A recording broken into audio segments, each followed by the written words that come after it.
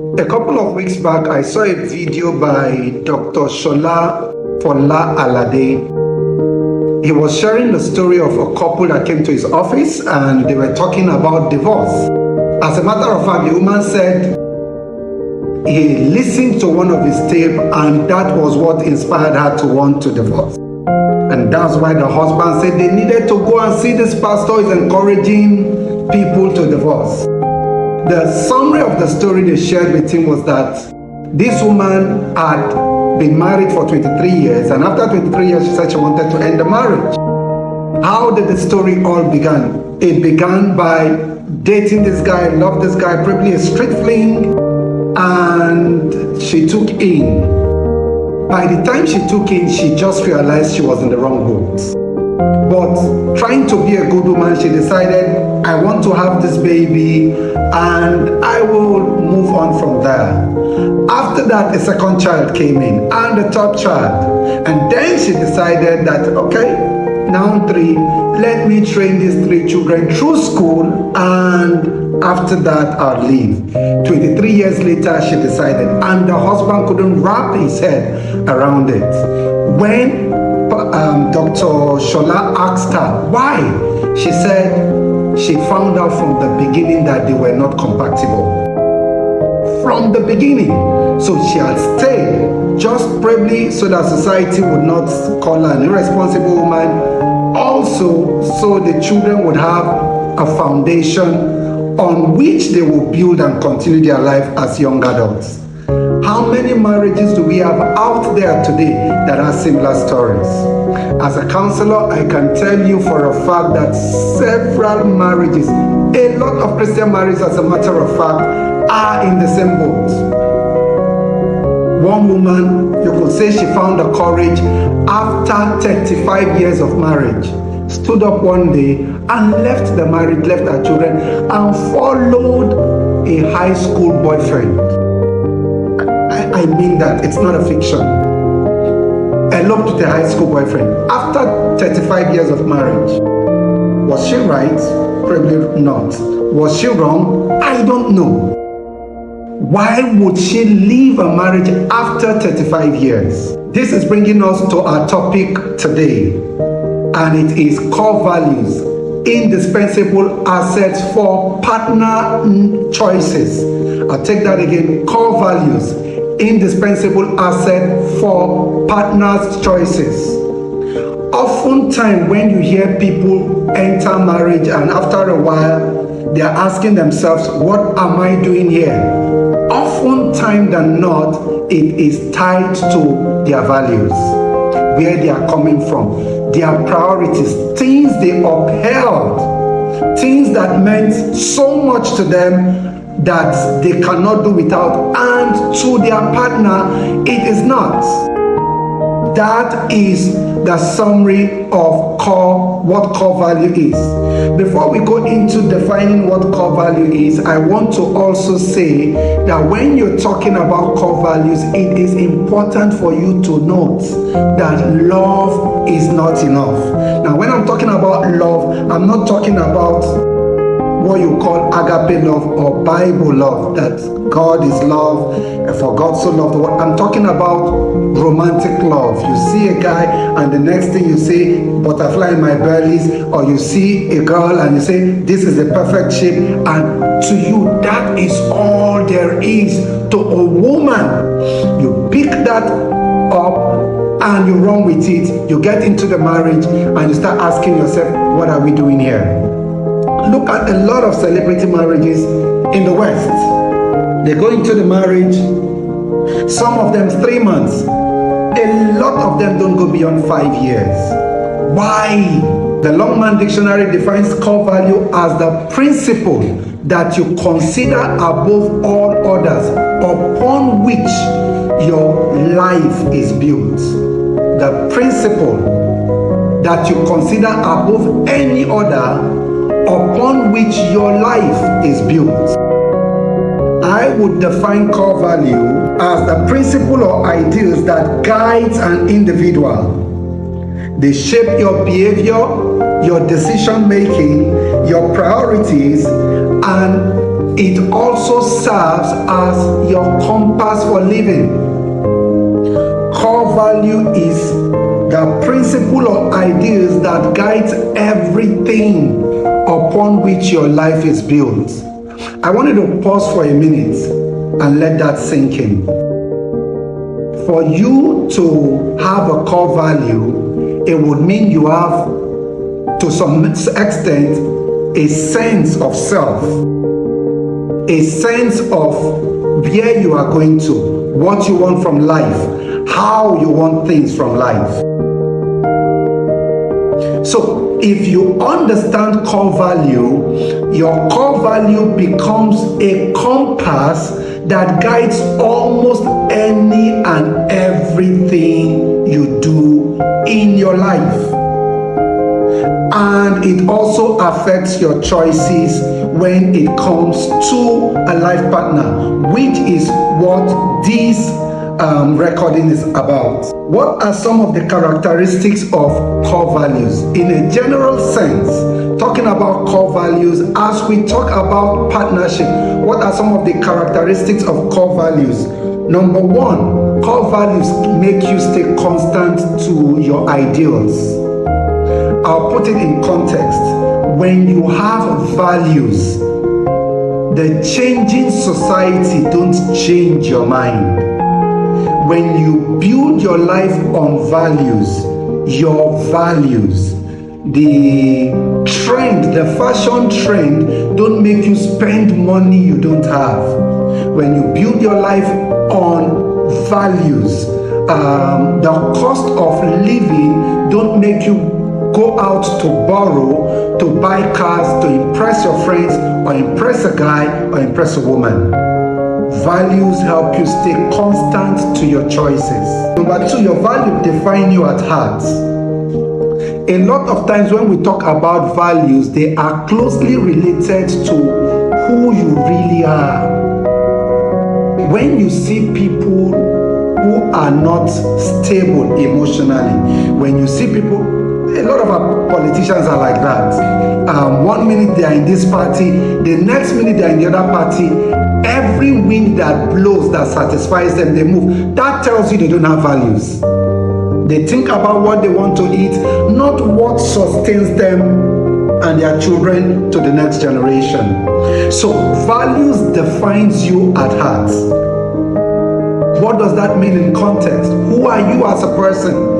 If I sit and talk with you an hour or 2 or 3, how you respond tells me what your values are.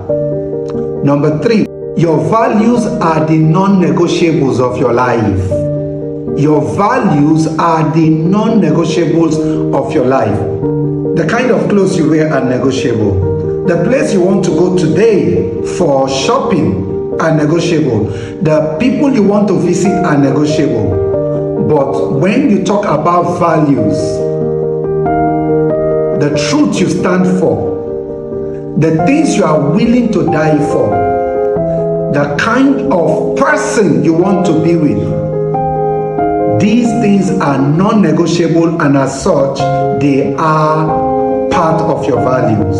Number 4, your values stand as a signpost for your destiny. Now, destiny is from the word destination. When you have an idea of where you are going to, your core values guides you.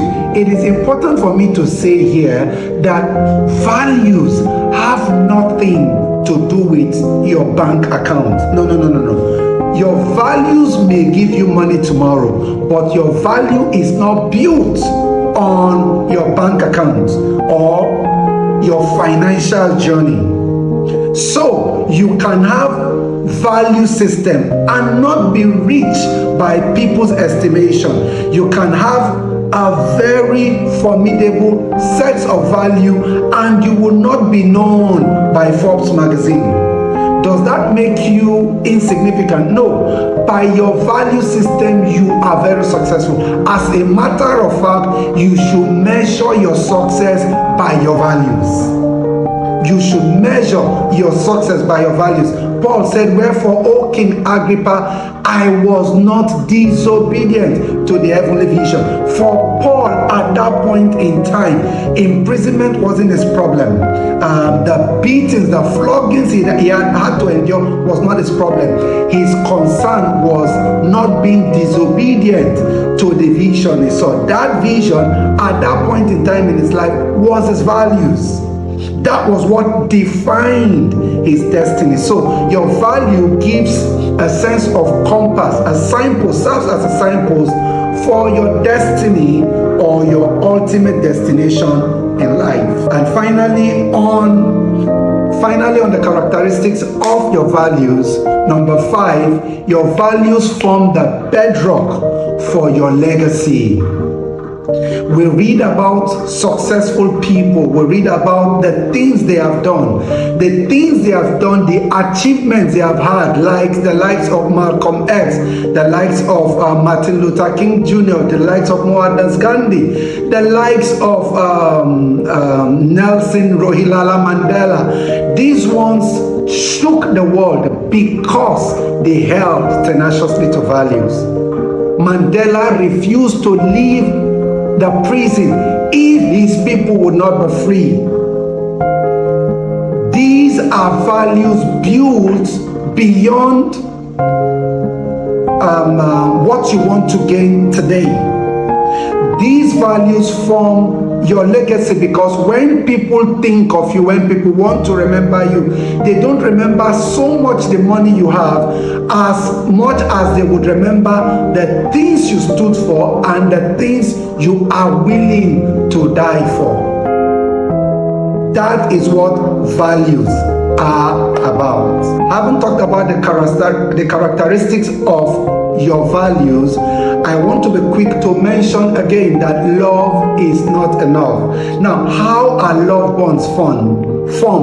Love bonds in this generation, in the last 200 years, are formed based on feelings. There is something you should know about love bonds that predates the last 200-300 years. Love bonds are formed on values. A lot of times they are negotiable values. What do I mean by negotiable values? Family comes together and ask themselves, what do you have? Why should I take your daughter into my family? Why should I take your son into my family? With that mindset, they come into an agreement. They literally evaluate their financial platform. They literally evaluate their social standing. Today, it is frowned upon. As a matter of fact, if you want to know the truth, the elite in our society still maintains that role. Think about it. You don't see Dangote's child going to Ajegunle to pick someone and say they fall in love. No, that doesn't work. Why? Because if you choose the wrong person, everything you have built comes down crashing. So when you think about love, always ask yourself, what are the intricate value this person is bringing to my life? What are the reasons beyond the physique, the complexion, the shape, the aesthetics? What are they bringing that will make a difference in my journey to my destination in the next 5 years, in the next 10 years? If I marry this person, how will it impact the children we would have? Because you believe it or not, the person you marry today would go a long way to reflect on the kind of children you would have. So it brings us to the issue of value. So when you see a woman, don't get carried away by the aesthetics. I promise you they are good. My wife is gorgeous. My wife is beautiful. But her beauty was not the core reason why I decided to marry her. I still remember it like yesterday. She walked into my meeting, August 1994, and she rekindled our relationship with God. Afterwards, we had a time to talk. As I listened to this girl, it blew my mind away. I saw someone intelligent, I saw someone apt, I saw someone composed, I saw someone I could learn a lot from. At that point in time, I told myself I would want to have this as a partner. From the beginning, my motivation wasn't the aesthetics. And 30 years later, I am still grateful I made that choice.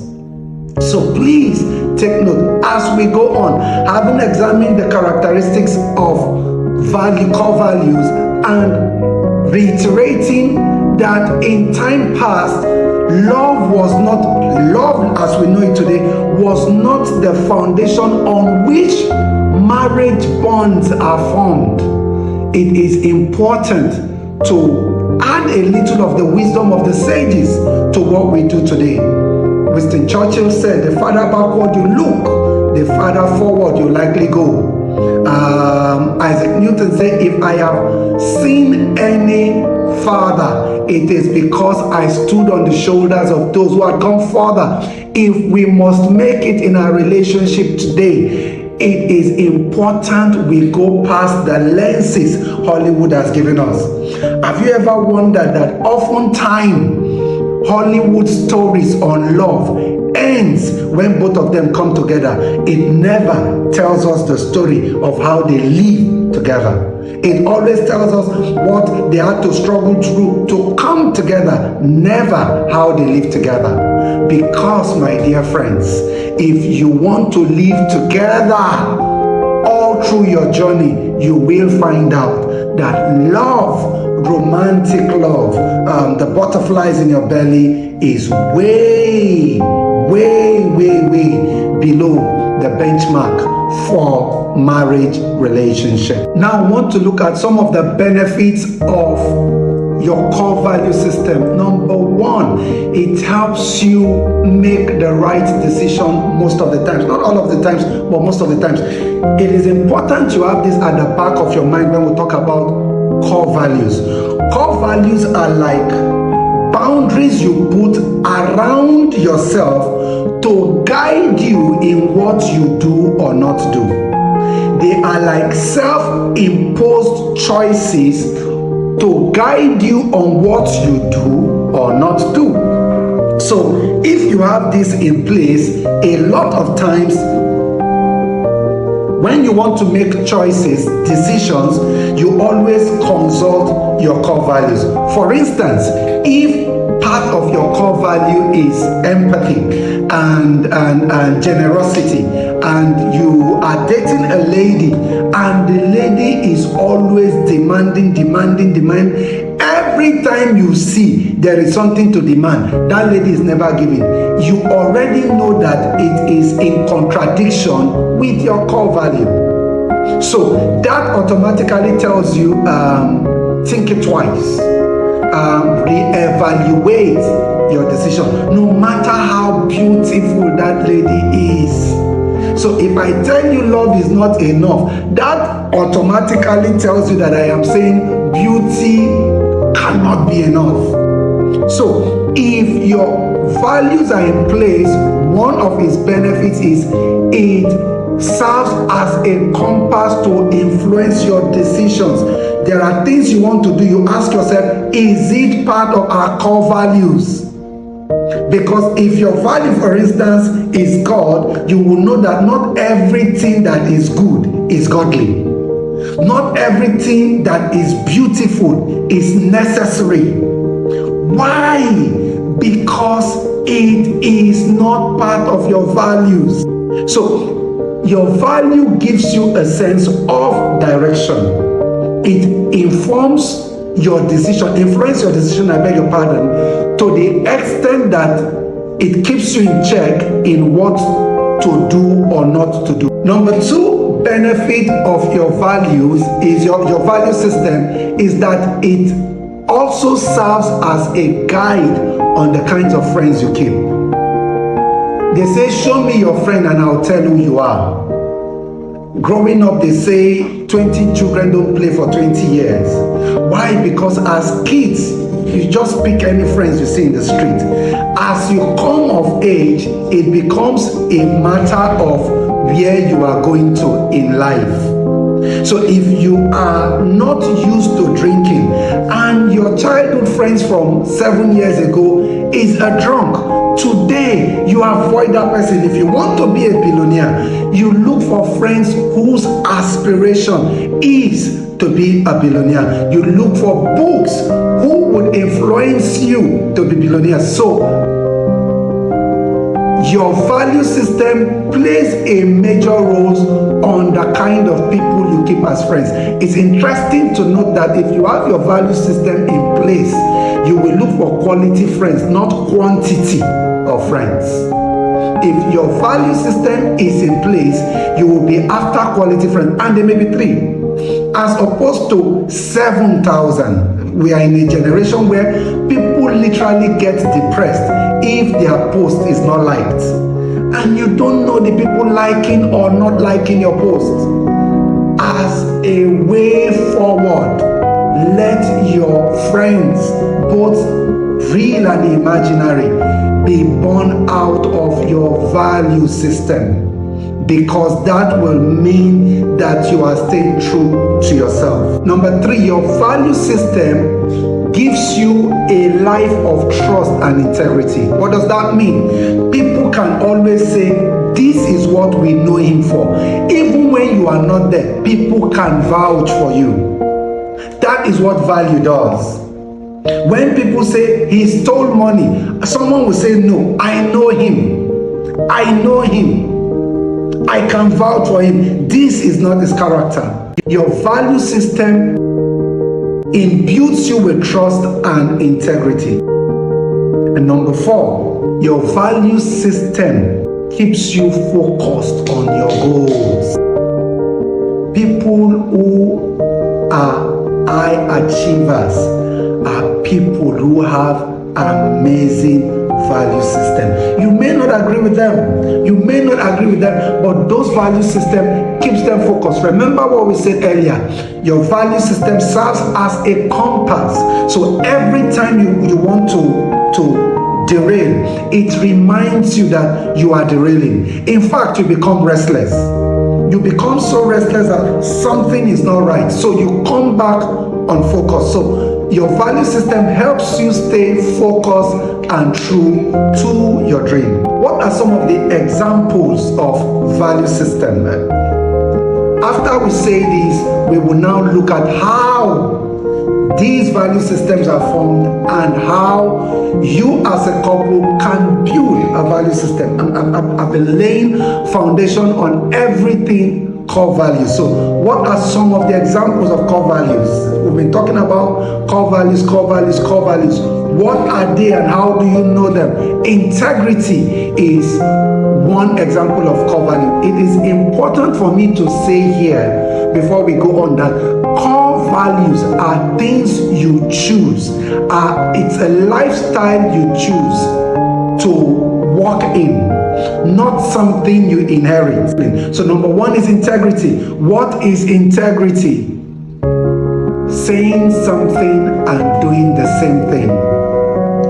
In this age and time when people are driven by greed and selfishness, when people are driven by the god of their tummy, it is increasingly becoming rare to see people say something and they keep to it. So that is an example of core value. But guess what? Integrity still outruns greed any day, anytime. When you live by integrity, generations unborn will always remember you. Think about the men who have led a life worth emulating, men that people want to talk about, want to follow any day, anytime. They are people that has legacy that we can always trace our journey to. Someone shared a story about Alexander the Great, that he was giving out his properties. For one, he gave one of his generals a kingdom, he gave another expensive jewelries. He just kept giving things. He was so happy that day. So one of his lieutenants walked up to him and said to him, you are giving these things out. If you give everything, what will be left to you? He said to the man, he said, my friend, I may give out my properties, but I have kept the best to myself. I have kept the hope for the future to myself. What was Alexander the Great's value? To conquer the known world at that time. That was why at age 33, young man at age 33, he had conquered almost all of Asia to some part of North Africa. So when he gave out properties, his value was intact. When we talk about him today, we talk about him built on that value. A lot of things we do today came from the time of Alexander the Great. Because of time, I can't even go into them. Generosity is another example of core value. Remember, it's important you know that these are things you choose to do. Empathy. What is empathy? Empathy is understanding someone's pain, not seeing someone's pain, not knowing someone's pain intellectually, but understanding by reason. Oftentimes by reason of knowing how it feels, maybe haven't gone through it. Empathy is understanding because you have passed through that. So you choose not to take the other handle to be wicked to those going through it, but being there with them. These are some examples of core values. Authenticity is another example of core value. Authenticity is closely related to integrity. Authenticity is saying a thing and keeping to that thing irrespective of what happens. Another example of core value that I will mention is godliness. Godliness is a core value. In this age of corruption and ideas and ideology, endless ideologies out there telling you to stay on the fence, telling you to stay in the middle, telling you that standing here or there will not serve your purpose.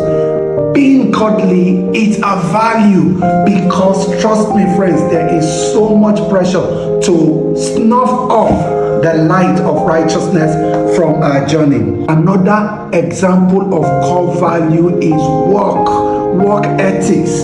One of the downside of the internet age for me, and I stand to be corrected, is that it makes a lot of our children lazy. There was a time when people wake up, they think school. Immediately after school, they think work. They think, at least in Africa, they think of going to assist their father in the farm or where he's working, or their mother wherever he's selling. But these days, even on our way to work, we are pressing phone. We are looking at Kim Kardashian, all sorts of stuff, and this reduces, I beg your pardon, the capacity of our brain to function maximally for production. We can make work our core value. There are two dimensions to work. Of course, there is the smart work and there is the hard work. Whichever one you choose, ensure that no day goes by without you saying, I have achieved this in my life. Now it brings me to an important question. Having said all of this, my question to you listening to me, watching me right now, what are your core values? Now you'll ask me, how is this important? I've been talking about core values. How is it important in making a choice for a life partner? My dear, if you don't know your own core values, how will you recognize it in someone else? So it's important to know yourself. If you don't know yourself, how would you know the reason and the values your partner has? So I will say again, what are your core values as a person? What are your core values? you can pause this video and ask yourself that. Take a note, look inward and make a note on what your core values are. How are core values formed? Core values are formed by taking time to discover you. I cannot emphasize this enough. I am so passionate about this. My life started changing when I stopped listening and following every important person. That someone is big, that someone is important, that someone is popular, that someone is famous is not enough reason for you to tie your destiny to what they say and do. Who are you? Begin. If you want to understand your values, if you want to form your values, begin by discovering you. How do you discover you? Observe your everyday action. I'll tell you something that happened to me when I was very young. I think I was less than 15 or 16. I can't remember, but about that age, I hear people say you wake up at the wrong side of the bed. I used to have that experience. I wake up angry. I don't know why. I just knew it continued for a while. And one day when I woke up, I still remember where I was standing in our Face Me and Face You compound, and I stood there and I asked myself, why did you wake up angry? Everybody talking to you this morning, you're just snubbing them and you wrote. Why? Did you sleep angry? No. Did you quarrel with your brother? My brother and I and my mother were living together. The answer was no. Did you have a bad dream? The answer was no. So I said to myself, now watch it. The next time you go to bed and you wake up angry, consciously tell yourself it is wrong. So that was where my journey began. Observe yourself. Observe the things you do. Observe the way you answer people. Observe your emotions. Observe your tone. You want to build your values, begin with self-observation, self-examination. Number 2 ways you can form your values is understand your upbringing. I had said earlier that your core values are based on decisions, sum totals of the decisions and disciplines you choose to embark on. Now, it is important for you to know that some of these decisions are actually not your creation. They are formed from where you're coming from. For example, your complexion, your height, these are some of the things you got from your parents. Also, research has proven that some of our attitude, like temper, as a matter of fact, stealing, you can check this online. Some kinds of stealing are gotten genetically. So, if you want to understand your core values, ask yourself, where am I coming from? Look at your mother's character. Look at your father's character. Part of the import of this is, if their values are something you didn't like, you have the opportunity to change it. So, how was your upbringing like? What happens in your home? How are decisions made in your home? What tone is used in your home? Is your home open to visitors? Is your home open to helping the needy? Is your parents selfish? If these things are the environment under which you grew, the chances are that they would influence what you call your core values. Interestingly, you may feel, oh, I made these decisions. My dear friend, you don't make any decision.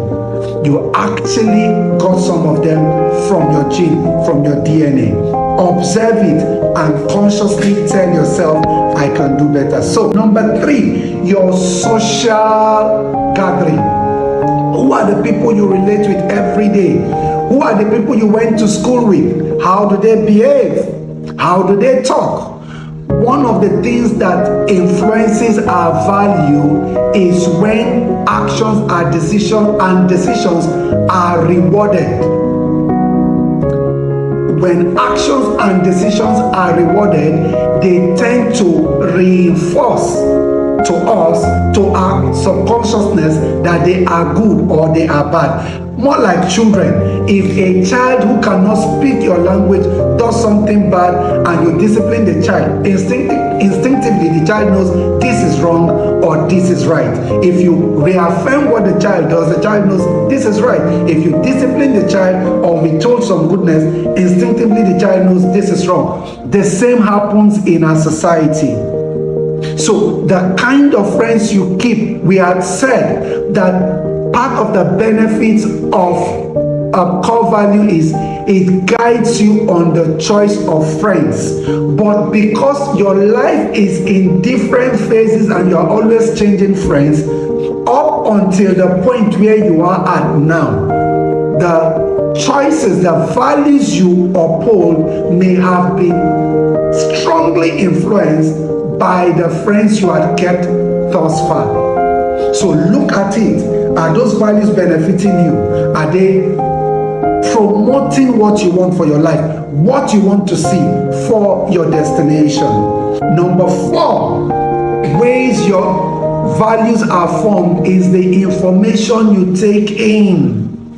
The informations you take in. What are the kinds of books you read? What are the informations you expose to every day of your life? If you are exposed to porn every day and you are addicted to porn every day, instinctively you will have very low sense of value for the opposite sex. Either party it happens to, instinctively it's just there for you, because for you they are just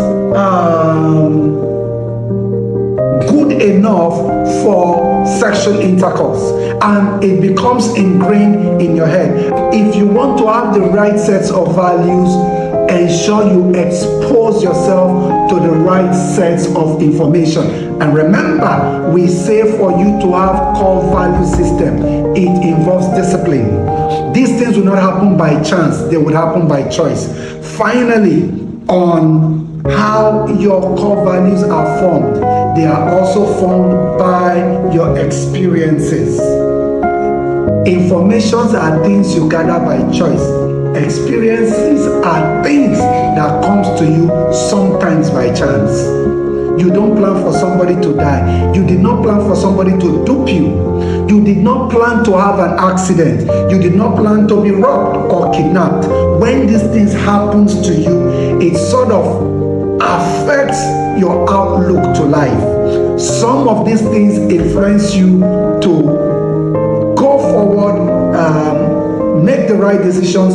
Others, it influences you to take a back seat and say, never again will I want to help somebody. If you have been duped again and again and again by friends, you tend to want to form a value system that negates trust. You don't want to trust anybody. You don't want anybody to trust you. How does this value influence your partner? How does this guide? This is the core. As a matter of fact, this is the core of what this video is about. How does this influence your choice of a partner?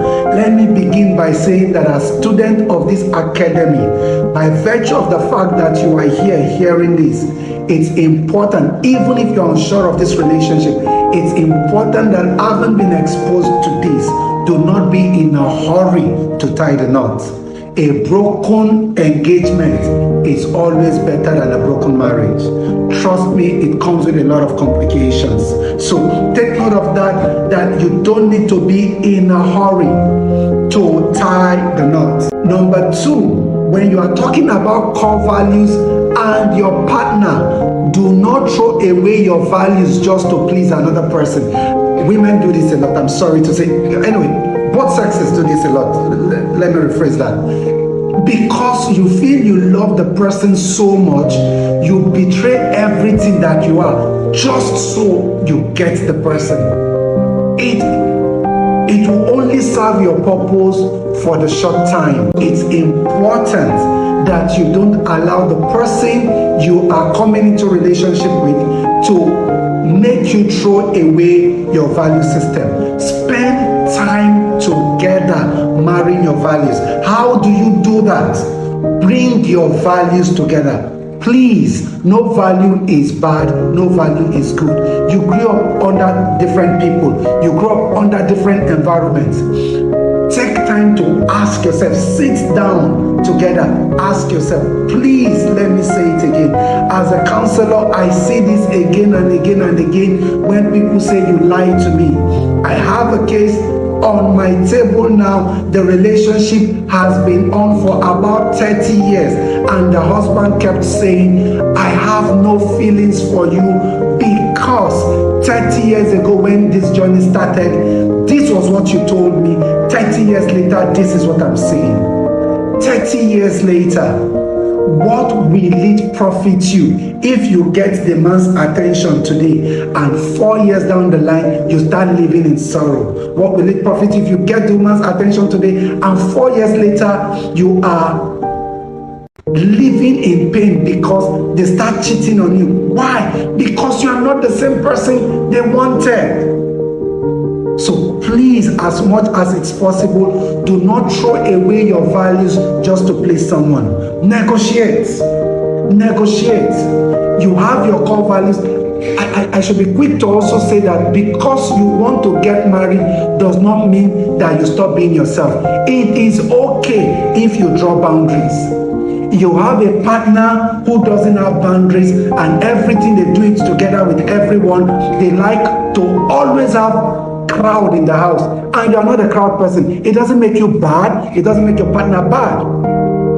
Negotiate. Give them the crowd from time to time and go to your room and lock your door from time to time. That is how you negotiate with your partner. But in that negotiation, be honest with yourselves. Be honest with yourselves. If you don't want to have problems tomorrow, be honest with yourself. Be your authentic self. Listen to me. If it will not work before marriage, giving you that ring will not make it work after marriage. If he will not accept your authentic self before marriage, giving you that ring is just putting you in slavery.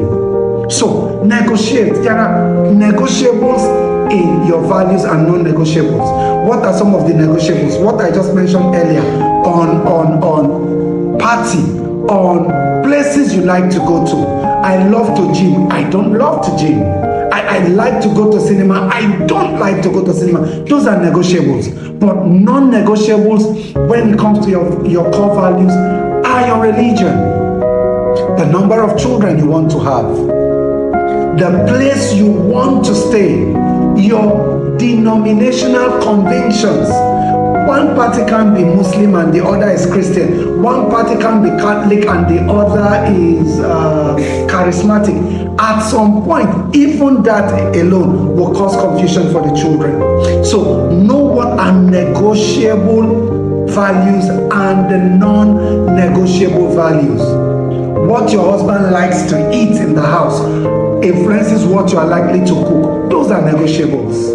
So you can decide to cook what he wants for the first 3-4 days and what the rest of the family wants for the next 3-4 days. Those are negotiable. So know what your negotiable values are and what your non-negotiable values are. What are the roles of in-laws in the home? Those are non-negotiable values. What do I mean by non-negotiable values? You must talk about it. How much do you give to in-laws? To which extent do they have a say in your home? In-law issues are non-negotiable. To what extent are they influential in your husband's decision or in your man's decision or your woman's decision? It is important that you consider that. Very important. Another non-negotiable thing is mutual respect for each other. These are non-negotiable.